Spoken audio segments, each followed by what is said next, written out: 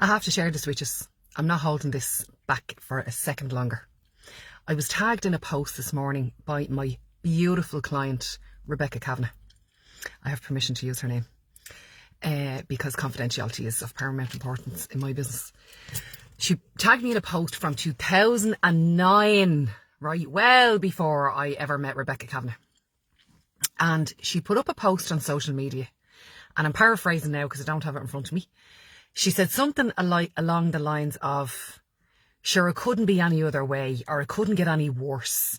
But it was basically something, a one-liner that was really, really negative, and throw the towel in, and sure, something along the lines of, oh, sure, it could only be me, or that had only happened to me, or something along them lines, right? And a couple of people commented on her post, and then they were asking her questions, and underneath she said, let's just say, a bad end to a bad week. I already know by Monday mornings what the whole week is going to be like. Now, when I hear people speaking like that, first of all, when you're working with me after, a certain period of time, you will never speak like that again.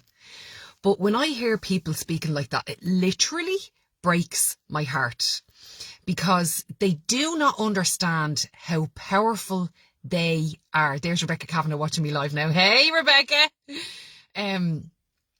They don't understand how powerful they are. They don't understand the power of their words. They do not understand the power of their thoughts.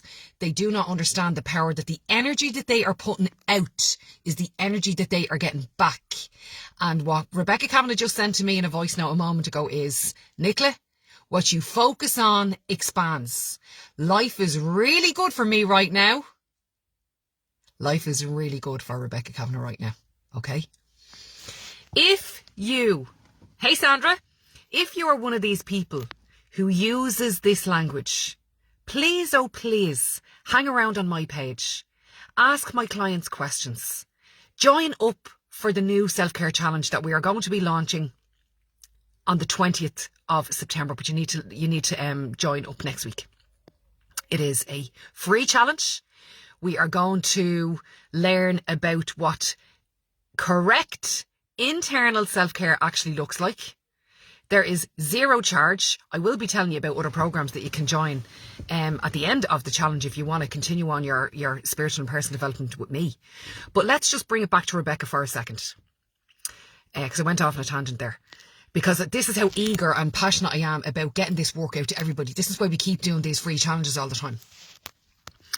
And also I have another bleeding brilliant business idea which will bring personal spiritual development to everybody who ever wanted it, ever, but that's further down the line.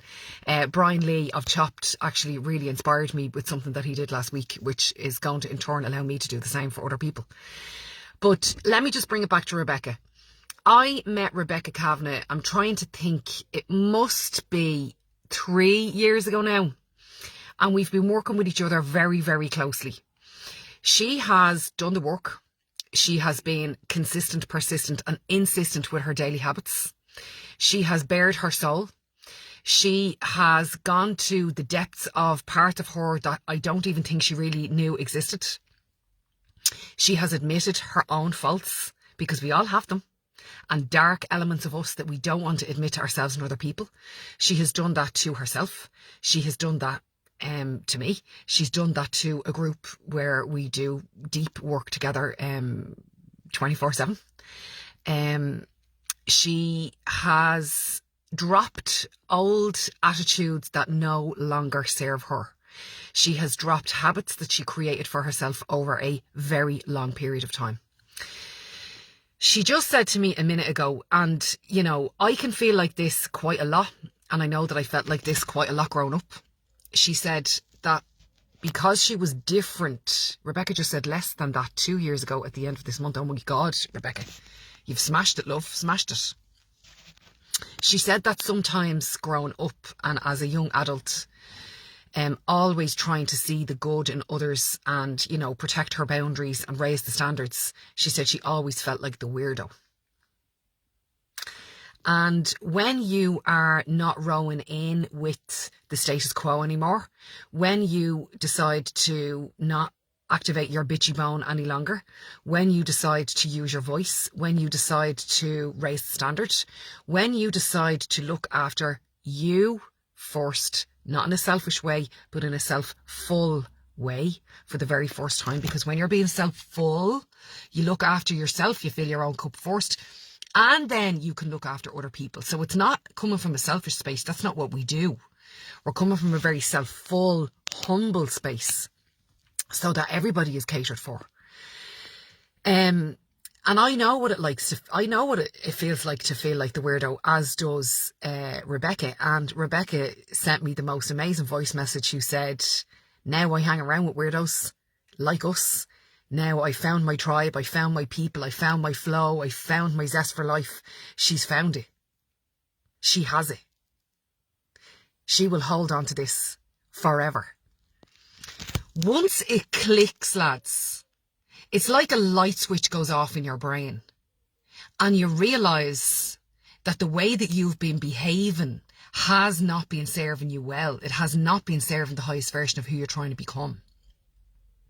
It is serving a low vibration version of who you are to try and fit in and belong with family sometimes, with a friend group that you've had since Jesus was a baby. And we just want to belong. We just want to fit in. We just want to belong. We don't want hassle. We want to have people around us. But we need to ask the question, are they really, and is how I'm behaving really me? Are they really my people? When I leave the company, do I feel exhilarated? Do I feel full up? Do I feel good about myself? Or when I leave certain circles, do I feel drained, heavy, negative? Oh my God, that was so hard to be around that. That could be family, that could be friends, that could be your community, that could be when you are at the side of a sports field, that could be your church, that could be a community group that you're involved with, that could be the local supermarket. Doesn't matter, pick a number. Wherever there's groups of people, it's either high vibration or low vibration. End of. That's just it. So yeah, I've kind of gone off on a little tangent, and I really, really want to thank Rebecca Kavanagh for sparking this level of enthusiasm in me this morning. Wasn't expecting to be outside buying rugby club and doing a live stream, but I am. And that's what happens when you're passionate. You don't care what you're doing or when you're doing it. If you feel like something is important in you and it's insatiable enough and there's a desire inside of you, I feel like sometimes I could explode. I feel like literally I'm going to pop a vein if I don't get certain information out of me.